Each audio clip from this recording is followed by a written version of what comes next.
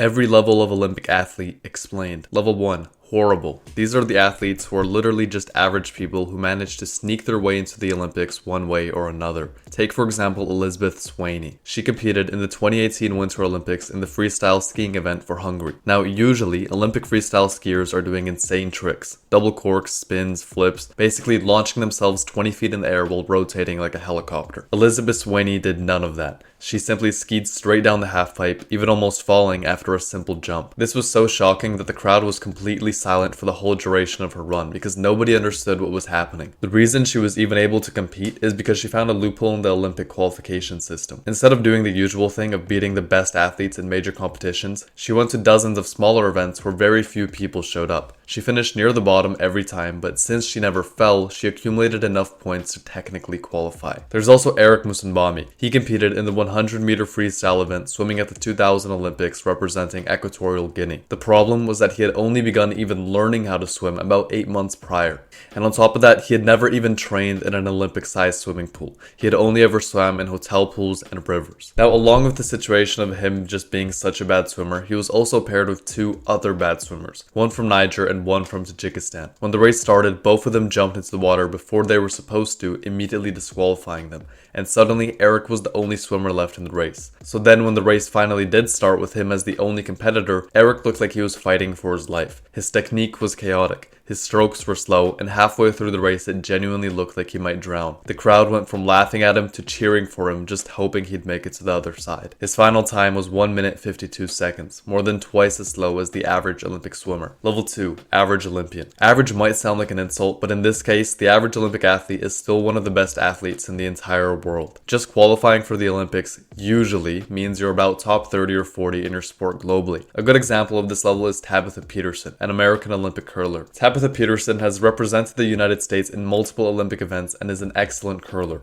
But when you look at the biggest Olympic moments in curling history, you won't find her. Her team is competitive, they're skilled, but they're not dominating the field. And that's what defines level 2. These athletes are good enough to reach the Olympics. They've spent their entire lives training and competing at an elite level, but once they're surrounded by the absolute best athletes on earth, they still end up losing. Level 3. Silver/bronze medalist. Level 3 is where things finally start getting interesting, since in most cases, these athletes are among the top 3 athletes in the entire world in their given sport.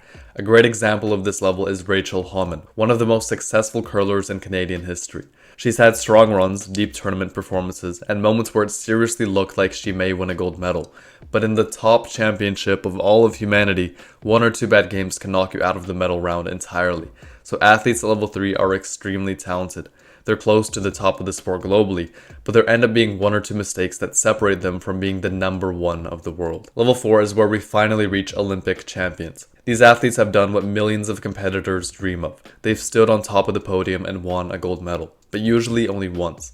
Winning a single Olympic gold medal is already an insane accomplishment. It means that for the next minimum 4 years, you'll be recognized as the absolute best of humanity. And that's why level 4 athletes are remembered as champions, but not as legends. A good example of this level is Alyssa Liu. At the 2026 Winter Olympics, she delivered the performance of her career. Under enormous pressure, Alyssa landed a near perfect program and secured 2 Olympic gold medals. But figure skating is a brutally competitive sport, and the person who wins gold one year doesn't always win it the next, which is why Alyssa, despite winning 2 gold medals, is still level 4. Level 5, the multi-event gold medalist. The main thing that separates level 4 from level 5 is the fact that these champions have won gold medals repeatedly across many different Olympic events, proving it wasn't just a perfect storm that caused them to win, like for example Russia being banned from figure skating, but rather genuine skill where they've shown that year after year, sometimes decade after decade, they remain the best in the world. The perfect example for level 5 is Sunisa Lee.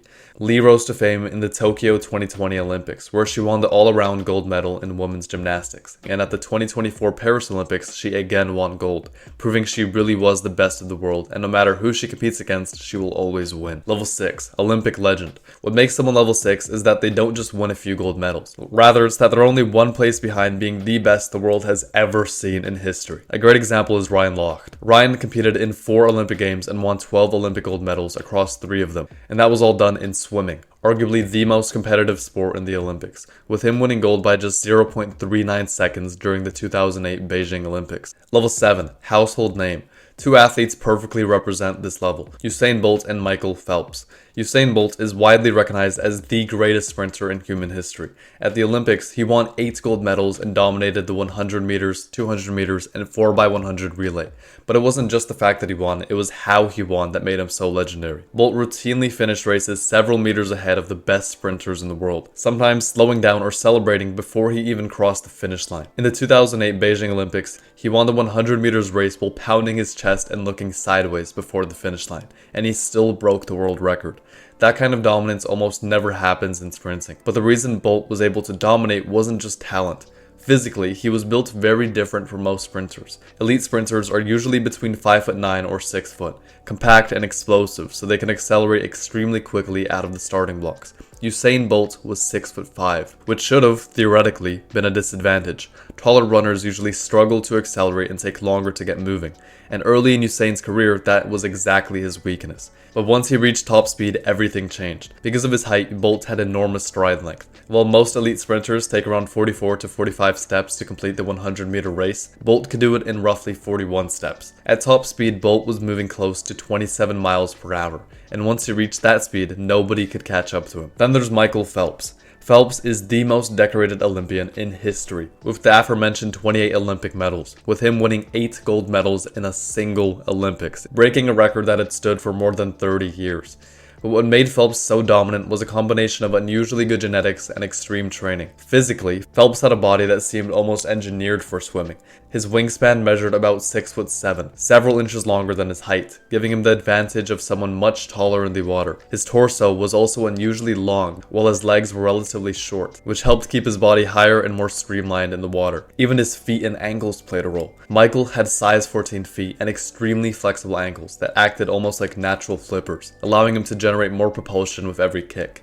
And another unusual trait was his ability to produce very little lactic acid. Lactic acid is what causes muscles to fatigue and burn during exercise, and because Phelps produced less of it, he could maintain intensity for longer periods of time than many of his competitors. But genetics alone didn't make him the greatest Olympian of all time. His training was famously relentless. During the peak of his career, Phelps trained 6 days a week, often twice a day, swimming more than 70 kilometers per week. For years, he reportedly went months without taking a single day off, even swimming on holidays like Christmas.